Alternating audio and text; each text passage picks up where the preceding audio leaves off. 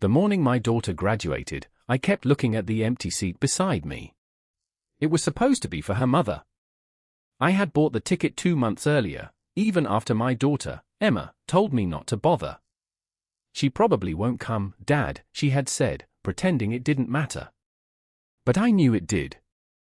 Emma had spent 18 years pretending things didn't hurt. Her mother, Claire, had left when Emma was 6, promising she only needed some time to figure herself out. That time became months, then years. I never stopped Emma from calling her. I never spoke badly about Claire, even when Emma waited beside the window on birthdays and Christmas mornings. I worked construction during the day and stocked shelves 3 nights a week because raising a child alone meant learning how to stretch every dollar and every hour. On graduation morning, I ironed Emma's blue dress, made her favorite pancakes, and slipped a small envelope into my jacket pocket. Inside was a photograph of the 2 of us from her first day of kindergarten and a note I had written the night before.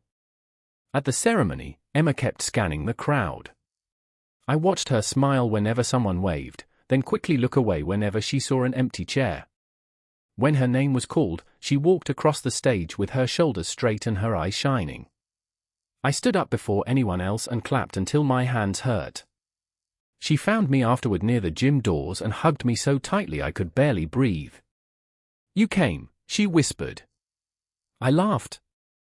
"Of course I came." Then her smile faded. Mom didn't even text. I wanted to tell her that Claire had texted me 3 days earlier. "Not Emma. Me." The message had been short: "I need to talk to you before graduation." It wasn't an apology. It wasn't congratulations. It was a request. I had ignored it. I thought that was the end of it. I was wrong.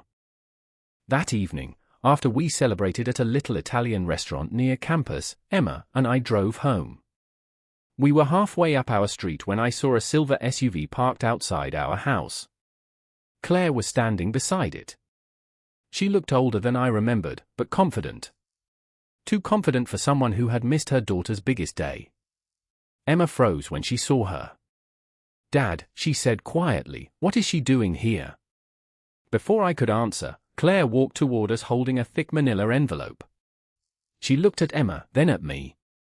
"I'm not here to ruin your night," she said. "I just need something from you." I felt the envelope in my jacket pocket and suddenly understood why she had contacted me first. For a second, nobody moved. Emma looked between us, confused, while Claire tightened her grip on the envelope. Then she said something that made my stomach drop. "Your father left me something, and I believe you're the only one who knows where it is." Claire's words hung in the air, and for a moment, I honestly thought I had misunderstood her. "My father?" I asked. "You mean Emma's grandfather?" Claire nodded. "Your father left something behind before he died. Something valuable." Emma looked at me. "Dad, what is she talking about?" I could see the disappointment returning to her face, and I hated that Claire had brought this to her on graduation night. "Not tonight," I said. Claire stepped closer. "You knew about the property documents, didn't you?" That was when I understood. She wasn't talking about money exactly. She was talking about the small lake house my father had owned outside town. After he died, the house had gone through probate, and I had kept every document because I was the executor. Claire had never mentioned it when we were married. She had barely mentioned my father at all after leaving. "The lake house was sold years ago," I said. "You know that." "The house was," she replied. "But the land wasn't." Emma stared at her. Why would my mom care about Grandpa's land? Claire looked uncomfortable for the first time. "Because I have a legal claim." I almost laughed. "You walked out on your daughter for 12 years, missed her graduation, and now you show up claiming land from my father." Claire's face tightened. "I made mistakes. That doesn't give you rights to his property." She opened the envelope. Inside were photocopies of old documents, including a handwritten agreement with my father's signature. My stomach tightened. I recognized the signature immediately. My father had always been meticulous with paperwork, but this document was something I had never seen. It appeared to show that he had promised Claire a percentage of the land if she remained involved in Emma's life until Emma turned 18. Emma read over my shoulder. She was supposed to stay involved with me. Her voice cracked. Claire looked down. Your grandfather wanted me to. Emma stepped backward. And you didn't. Claire said nothing. That silence told Emma more than any explanation could have. I took the document from her hand and noticed something strange. The date was 6 months after Claire had already left. I turned the page over. There was a second signature, supposedly belonging to my father. But the ink looked different. My father had signed thousands of documents in his lifetime. I knew his handwriting. This wasn't it. Where did you get this? I asked. Claire hesitated. Someone mailed it to me. Who? She wouldn't answer. I looked at Emma and saw that she was trying not to cry. Dad, she whispered, is Mom here because she wants Grandpa's land? Before I could respond, Claire finally spoke. No. I'm here because someone is trying to take it from both of you. Then she pulled another photograph from the envelope. It showed my father standing beside a man I hadn't seen in 15 years. I recognized him immediately. He had been my father's attorney and the last person to speak to him before his death. I stared at the photograph until the edges began to blur. The man beside my father was Daniel Mercer, the attorney who had handled Dad's estate. I hadn't seen him since the week of the funeral. Back then, he had told me the lake property was worth almost nothing and recommended selling it quickly because the taxes were piling up. I had trusted him. Where did you get this? I asked Claire. From a woman named Linda, she said. She worked for your father. My chest tightened. Linda had been Dad's office manager for nearly 20 years. She had retired shortly before he died. Claire handed me a folded note. It was written in my father's handwriting. I knew it instantly. The note said only, if Daniel ever contacts you about the lake property, do not sign anything. Ask Linda for the blue ledger. I read it twice. Emma stood beside me, watching my face. Dad, what does it mean? I looked at Claire. Why didn't you show me this before tonight? She swallowed. Because I was ashamed. That's not an answer. She looked at Emma. I knew your father hated what I did. I knew I had no right to ask him for anything. But after he died, Daniel contacted me. He said your father had left instructions concerning me. I thought maybe it was a chance to fix something. Emma crossed her arms.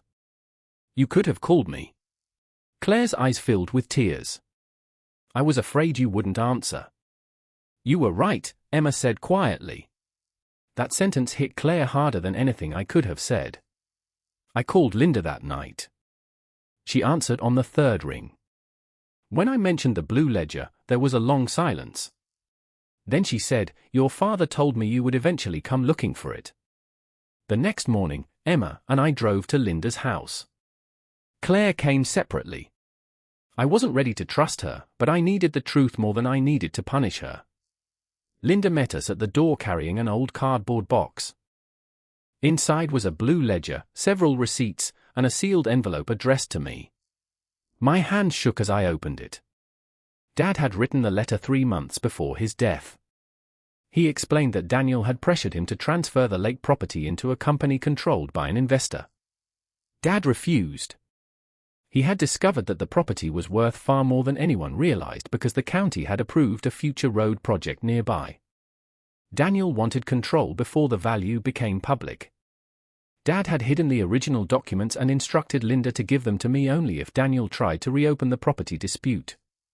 Then I saw the final page. There was a list of payments Daniel had made to someone over several years. The name at the top made me look at Claire. It wasn't hers. It was her brother's. Claire went pale. My brother, she whispered.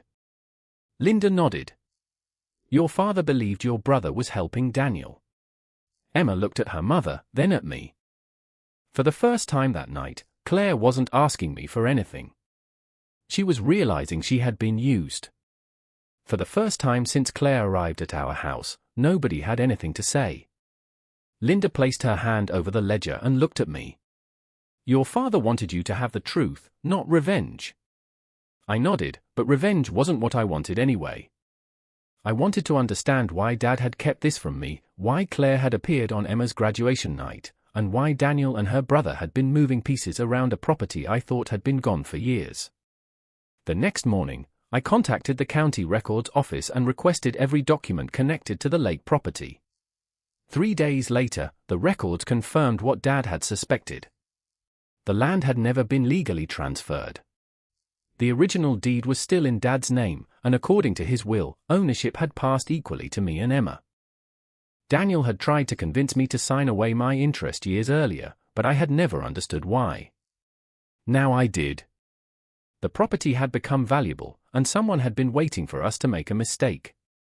I met Daniel at his office with copies of Dad's letter, the ledger, and the county records. He looked at the papers for less than a minute before his expression changed. Where did you get these? He asked. From my father, I said. He leaned back and sighed. Your father was a stubborn man. He was careful. Daniel didn't argue. Instead, he admitted that he had been pressured by an investor to obtain the property, but he denied knowing about the payments to Claire's brother. I didn't believe every word, but I didn't need to. The evidence was enough. My attorney handled the rest. Within weeks, the property dispute was settled, and Emma and I became the legal owners. I never sold it. We repaired the old cabin and turned it into the place Dad had always imagined, a quiet house where family could gather without anyone keeping score. Claire never received the money she came looking for. But she did get something else, one final chance to be honest with her daughter. She apologized to Emma without excuses. Emma didn't forgive her immediately. She simply said, I need time. I respected that. Months later, on Emma's birthday, Claire sent her a handwritten letter. Emma read it at the kitchen table and cried silently. She didn't call her mother that night, but she kept the letter. That was enough for me. One evening, while Emma and I stood on the porch of the lake house, she looked at me and said, Dad, you know what I remember most about graduation? I smiled. What? She leaned against my shoulder. Looking into the crowd and seeing you standing up. I looked across the water and thought about the empty chair beside us that day. I used to believe that empty chair represented everything my daughter had lost. But I finally understood it represented something else. Sometimes the person who leaves creates an empty space. And sometimes, if you're willing to stay, love quietly fills it. I never got the apology I once wanted from Claire. I didn't need it anymore. Emma had graduated, grown into her own life, and learned that being abandoned didn't mean being unwanted. And as the sun disappeared behind the trees, she squeezed my hand and whispered, Thanks for staying, Dad. I looked at her and said the only thing I had ever known for certain. Always.